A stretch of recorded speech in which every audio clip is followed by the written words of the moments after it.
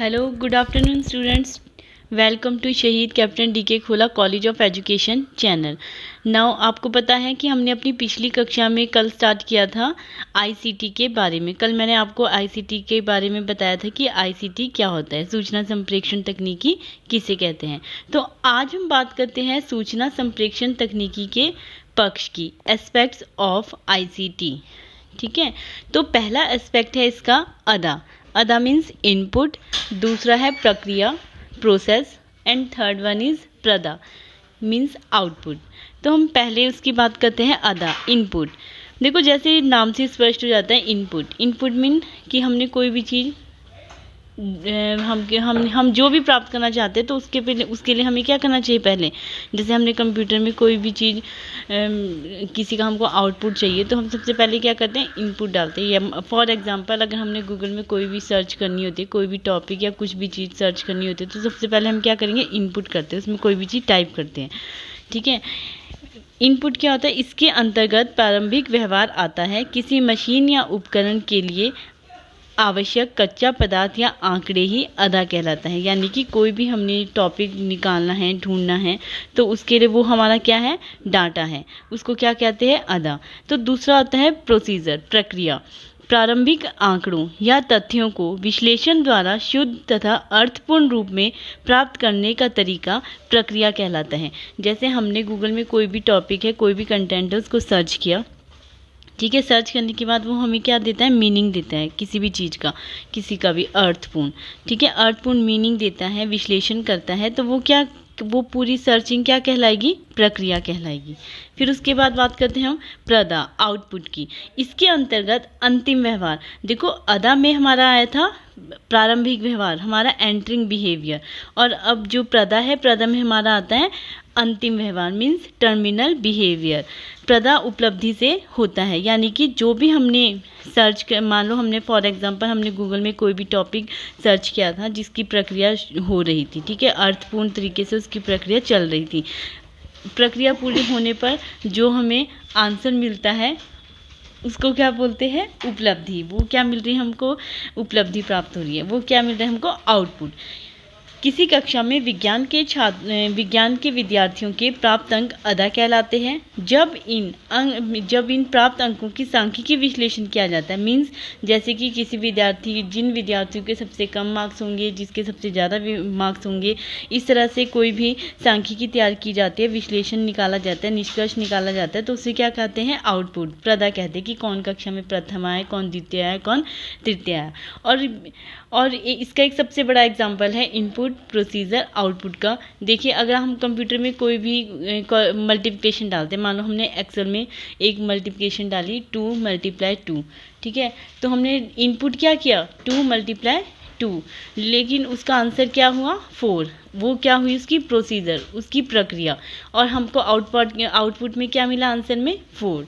तो ये इसका एक सबसे अच्छा एग्जाम्पल है। नाउ ये था आपका सूचना संप्रेषण तकनीकी के पक्ष, एस्पेक्ट्स ऑफ आईसीटी। अब हम बात करते हैं आईसीटी की प्रकृति की, nature of ICT and objectives. ICT की प्रकृति और उसके उद्देश्यों की बात करते हैं। तो इसका जो पहला उद्देश्य है वो क्या है, शिक्षा एवं अनुसंधान विषय सामग्री का अधिक से अधिक संचार करना, हस्तांतरण करना एवं समाज के प्रत्येक मानव तक पहुंचाना। यानी कि शिक्षा सामग्री, कोई भी हमारी एजुकेशन से रिलेटेड कोई भी कंटेंट है, उनका अधिक से अधिक संचार करना, उनका हस्तांतरण, ट्रांसफ़र करना, और समाज में प्रत्येक मनुष्य तक उस चीज़ को पहुंचाना। ठीक है, उसके बाद हम बात करते हैं नंबर 2, वर्तमान पीढ़ी को प्रभावी बनाकर उन्हें कंप्यूटर पर ऑनलाइन शिक्षा प्राप्त कराई जाए। यानी कि जो भी आने वाला समय है या भावी जो समय चल रहा है, ठीक है, उसमें क्या करना है, हमने अधिक से अधिक कंप्यूटर, इंटरनेट का यूज़ करना है ताकि बच्चे ऑनलाइन एजुकेशन ले सकते हैं। जैसे आज क्या है, समाज में क्या चल रहा है, लॉकडाउन हो रहा है, लेकिन लॉकडाउन होने के बावजूद भी हम क्या कर रहे हैं, ऑनलाइन एजुकेशन ले रहे हैं। उसके बाद हम बात करते हैं नंबर 3, राष्ट्रीय शिक्षा संस्थाओं जैसे एनसीईआरटी, एससीईआरटी और इग्नू जैसे शैक्षिक कार्यों का जनसंचार करना। उसके बाद नेक्स्ट है पारस्परिक पुस्तकालयों के स्थान पर डिजिटल लाइब्रेरी की नींव रखना। नेक्स्ट है सूचनाओं के मूल्य पहचान कर उन्हें जन साधन के लिए उपयोगी बनाना। नेक्स्ट है राष्ट्र के आर्थिक विकास में सहायता देना, जैसे email, e commerce, ATM, credit card आदि में अधिकाधिक प्रचलन कर अधिक स्थितियों को मजबूत बनाना। मतलब इन चीज़ों का जो हमारे जितने भी मोड्स हैं, मेथड्स, जितने भी हमारे ये साधन हैं, इनका अधिक से अधिक यूज़ करना और हमारी जो प्रचलित जो भी हमारा आईसीटी है उसको अधिक मजबूत बनाना ना। उसके बाद नेक्स्ट है राष्ट्र को तकनीकी विकास में सहायता देना। फिर नेक्स्ट है हमारा राष्ट्र के सांस्कृतिक विकास के साथ साथ विभिन्न अंतर्राष्ट्रीय मंच पर उसकी पहचान को सुदृढ़ बनाने के लिए सहायता देना ना। अब हम बात करते हैं लास्ट अंतिम उद्देश्य की। रक्षा विभाग की अनुसंधान इकाई को समुचित सहायता प्रदान करना, यानी कि जो हमारा रक्षा विभाग है, रिसर्च डिपार्टमेंट है, उसको भी हमको क्या देना है, अनुदान देना है, सहायता देनी है। ये थे हमारे आईसीटी की प्रकृति और उसके उद्देश्य। नाउ अब हम बात करते हैं सूचना संप्रेषण तकनीकी के कार्य, फंक्शंस ऑफ आईसीटी, सूचना संप्रेषण तकनीकी के कार्य। तो इस सूचना संप्रेषण तकनीकी के 3 महत्वपूर्ण कार्य होते हैं। पहला होता है सूचनाओं का संग्रहण करना, यानी कि स्टोरेज ऑफ इंफॉर्मेशन, सूचनाओं का संग्रहण करना। उसके बाद बात करते हैं नंबर 2, सूचनाओं का संप्रेषण या हस्तांतरण, ट्रांसफर या कम्युनिकेशन। उसके बाद लास्ट है आपका सूचनाओं की प्रोसेसिंग एवं पुनर्उत्पादन करना। प्रोसेसिंग मतलब जैसे अभी आपको मैंने बताया था कि कैसे प्रोसेसिंग होती है, कोई भी चीज़ अगर हम सर्च करते हैं तो वो कैसे प्रोसेसिंग करता है, प्रोसेसिंग एवं पुनर्उत्पादन, और दोबारा उसको रिसीव करना। तो हम पहले इसकी बात करते हैं सूचनाओं का संग्रहण, स्टोरेज ऑफ इंफॉर्मेशन। सूचनाओं का संग्रहण करना, जैसे आपको पता होगा कि आज क्या हो रहा है, मुद्रण क्रांति के रूप में उभर कर आ रही है। आज विश्व भर में समस्त सूचनाएं किताबों, सिनेमा, कंप्यूटर आदि में संग्रहित होती है, जिन्हें हम सरलता से एक पीढ़ी से दूसरी पीढ़ी को हस्तांतरित करते रहते हैं।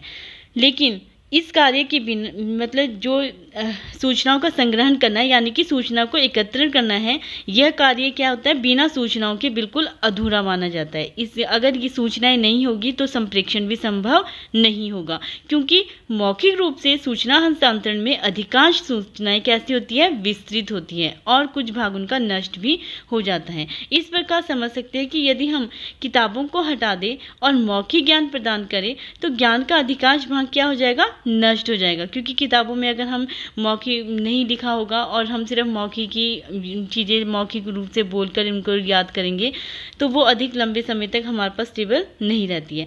आईसीटी की नवीनतम तकनीकी के कारण अब किताबों के साथ साथ कंप्यूटर, सिनेमा आदि अनेक ऐसे उदाहरण हैं जहाँ पर हम क्या करते हैं, सूचना को संग्रहित करके रखते हैं। जैसे कि लाइब्रेरी है, लाइब्रेरी भी कि एक तरह से आपका क्या है, सूचनाओं का संग्रहण कहलाता है। क्यों? क्योंकि वहाँ पे बहुत सारी सूचनाएं एकत्रित है, नॉलेज ऑफ इंफॉर्मेशंस कि उसमें वहाँ पर क्या करते हैं, हम सूचनाओं को संग्रहण करके रखते हैं। वैसे हम कंप्यूटर में सीडी रोम के थ्रू भी अपने अधिक से अधिक जो भी हमारे डाटा होते हैं, जो भी हमारी इंफॉर्मेशंस होती हैं, उनको हम स्टोर करके रखते हैं। वो होता है सूचनाओं का संग्रहण करना। नाउ अब हम बात करते हैं नंबर 2, सूचनाओं का संप्रेषण या हस्तांतरण, या कोई भी इंफॉर्मेशन है उसको एक स्थान से दूसरे स्थान तक पहुँचाना, या दूसरों की बातों या इंफॉर्मेशंस को समझना और या उनका ट्रांसफर करना, वो क्या कहलाता है, सूचनाओं का संप्रेषण। आईसीटी का दूसरा कार्य सूचनाओं का संप्रेषण है। इसके लिए नवीनतम तकनीकियाँ कौन सी हुई हमारी, जैसे microphone, loud speaker, cinema, LCD, LED, video display आदि का प्रयोग किया जाता है। यह नवीनतम तकनीकियाँ हैं जो एक साथ हजारों लाखों लोगों को सूचना पहुंचा सकती है। बल्कि आपने देखा होगा, इसका सबसे बड़ा एग्जाम्पल है उपग्रह की सहायता से एक देश की सूचना दूसरे देश तक पहुंचाई जाती है।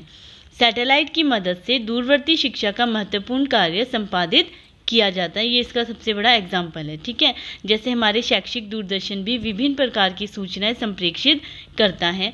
आज की तकनीकी की सहायता से सूचनाएं पहुंचाना संभव हो गया है। आज न्यू टेक्नोलॉजीज़ का यूज़ होने लगा है, जिससे हम संदेश, जो भी इंफॉर्मेशन होती है, वो एक स्थान से दूसरे स्थान तक इजी वे में पहुंचा सकते हैं। नाउ अब हम थर्ड कार्य की बात करते हैं, सूचनाओं की प्रोसेसिंग एवं पुनर्उत्पादन। आईसीटी का तीसरा एक महत्वपूर्ण कार्य है संग्रहित सूचनाओं की प्रोसेसिंग करना। जो भी हमने सूचनाएं, पहले नंबर पे क्या किया था, हमने सूचना को स्टोरेज किया था, सूचनाएं संग्रहण की थी, ठीक है। तो आईसीटी का जो तीसरा महत्वपूर्ण कार्य है वो क्या बोलता है कि जितनी भी संग्रहित सूचनाएं होती हैं उनका प्रोसेसिंग करना, जिसमें नवीन अनुसंधान को क्या मिलती है, दिशा मिलती है, नई नई खोज करने में मदद मिलती है। इस कार्य में नवीनतम तकनीकी, इस जो आपका थर्ड कार्य प्रोसेसिंग करने का, वो इसमें सबसे नया तकनीकी किसको माना जाता है, कंप्यूटर को। कंप्यूटर अत्यधिक महत्वपूर्ण भूमिका निभाता है। तो ये थे हमारे सूचना संप्रेषण तकनीकी के कार्य। नाउ अब हम बात करते हैं सूचना तकनीकी के उपकरणों की, टूल्स ऑफ आईसीटी, ठीक है। तो अब हम बात करेंगे टूल्स ऑफ आईसीटी की। आपको पता है कि आईसीटी का प्रयोग हम किन किन उपकरणों के द्वारा करते हैं, मतलब आईसीटी में हम इंटरनेट, ईमेल, इन चीज़ों को हम कहाँ कहाँ पे यूज़ कर सकते हैं, कैसे यूज़ कर सकते हैं। तो इसमें देखो, सूचनाओं के संचरण के लिए सूचना तकनीकी के विभिन्न उपकरणों की आवश्यकता होती है। इसके प्रमुख उपकरण क्या है, निम्नलिखित है। पहला है आपका जैसे टेलीफोन। टेलीफोन का जाल आज संपूर्ण विश्व में फैला हुआ है। इसका उपयोग करके सूचना को ध्वनि के रूप में एक स्थान से दूसरे स्थान तक भेजने का कार्य कुछ ही पलों में आसानी से किया जा सकता है। उसके बाद हम बात करते हैं नंबर 2, मोबाइल फ़ोन। जैसे सेल फोन है ना, आज की डेट में तो सभी के पास मोबाइल फ़ोन होती है। मोबाइल फ़ोन में सूचना का आदान प्रदान ध्वनि के रूप में ही होता है।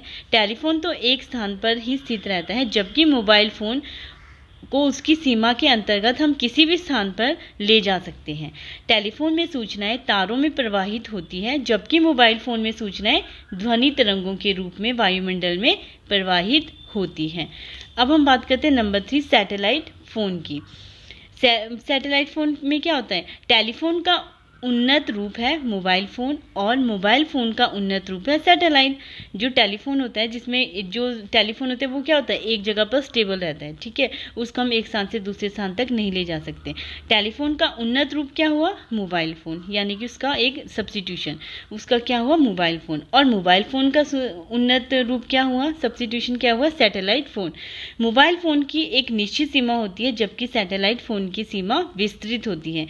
इस प्रकार के फ़ोन में सूचना का आदान प्रदान कृत्रिम उपग्रहों के माध्यम से होता है। सूचना पहले उपग्रह तक जाती है और उपग्रह उस सूचना को लक्ष्य सैटेलाइट रिसीवर तक भेजता है। अब हम बात करते हैं नंबर 4, फैक्स की। फैक्स द्वारा लिखित सूचना का आदान प्रदान किया जाता है। इसके लिए टेलीफोन के साथ साथ फैक्स मशीन जोड़ी जाती है। इसके लिए आवश्यक है कि फैक्स के प्रेषक और प्राप्तकर्ता दोनों के फ़ोन के साथ फैक्स मशीन जुड़ी हो और उस समय यह मशीन ऑन हो। फैक्स भेजने वाला लिखित सूचना फैक्स मशीन में डालकर प्राप्तकर्ता पर फैक्स नंबर डायल करता है और प्राप्तकर्ता की फैक्स मशीन उस लिखित सूचना का प्रिंट प्राप्त करती है, ठीक है। ये था हमारा फैक्स। अब हम बात करते हैं टेलीविज़न की। टेलीविज़न की पहुंच आज घर घर बन चुकी है। आपको पता है आज मुश्किल से ऐसा कोई भी घर होगा जहाँ पर टेलीविज़न उपलब्ध नहीं होगा। टेलीविज़न पर विभिन्न चैनल्स विभिन्न विषयों पर आवश्यक प्रामाणिक सूचनाएं समय समय पर देते रहते हैं। सूचना के क्षेत्र में टेलीविज़न की उपयोगिता इससे स्पष्ट होती है कि चुनाव के उपरांत वोटों की गिनती के दौरान चुनाव परिणाम एवं रुझान टेलीविज़न की सहायता से तुरंत ही आम जनता को प्राप्त हो जाते हैं। जैसे कि फॉर एग्जांपल आज हमारे देश में देखो इतनी बड़ी समस्या आई है, एक महामारी के रूप में कोविड-19 फैला हुआ है, लेकिन हम क्या करते हैं, टेलीविज़न के माध्यम से, टीवी दूरदर्शन के माध्यम से हम हर मिनट में क्या करते हैं, सूचनाएं संग्रहित करते हैं। हमें एकदम से तुरंत जो भी अपडेट्स होती है वो टाइम टू टाइम मिलती रहती है। तो वो एक सबसे बड़ा इसका एग्जाम्पल है। फिर बात करते हैं वीसीआर की। वीसीआर का पूरा नाम है वीडियो कैसेट रिकॉर्डर। हम अपने जीवन की महत्वपूर्ण घटनाओं को कैमरे या वीसीआर की सहायता से वीडियो कैसेट के रूप में रिकॉर्ड करके रख सकते हैं। अनेक सूचनाएं वीडियो कैसेट पर उपलब्ध होती है। इसका सबसे बड़ा एग्जाम्पल क्या हुआ, आपने देखा होगा कि पहले जब शादी विवाह कुछ भी कार्यक्रम होते थे या किसी का बर्थडे पार्टी होती थी तो क्या होता था, वीसीआर वीडियो कैसेट बनाकर उन सभी को क्या कर दिया जाता था, स्टोर कर दिया जाता था। यानी कि सूचनाएं वीडियो कैसेट पर उपलब्ध हो जाती थी। व्यवसाय के क्षेत्र में भी इसका उपयोग होता है। नाउ हम बात करते हैं कंप्यूटर की। विभिन्न सूचनाओं को कंप्यूटर में संग्रहित किया जा सकता है और आवश्यकता पड़ने पर इन सूचनाओं को प्रयोग में लाया जा सकता है। कंप्यूटर द्वारा सूचना के संग्रहण में कम स्थान घिरता है और यदि उचित बैकअप लिया हुआ है तो सूचना के नष्ट होने की संभावना भी नहीं रहती है। कंप्यूटर की सहायता से इंटरनेट का उपयोग करके हम सूचना का आदान प्रदान तथा लिखित दोनों रूप में कर सकते हैं। अब हम बात करते हैं रेडियो की। रेडियो प्रसारण के द्वारा भी हम क्या करते हैं, सूचना को संग्रहित करते हैं और सूचना को एक स्थान से दूसरे स्थान तक पहुंचाते हैं। तो ये थे हमारे various tools of information technology, सूचना तकनीकी के विभिन्न उपकरण। धन्यवाद।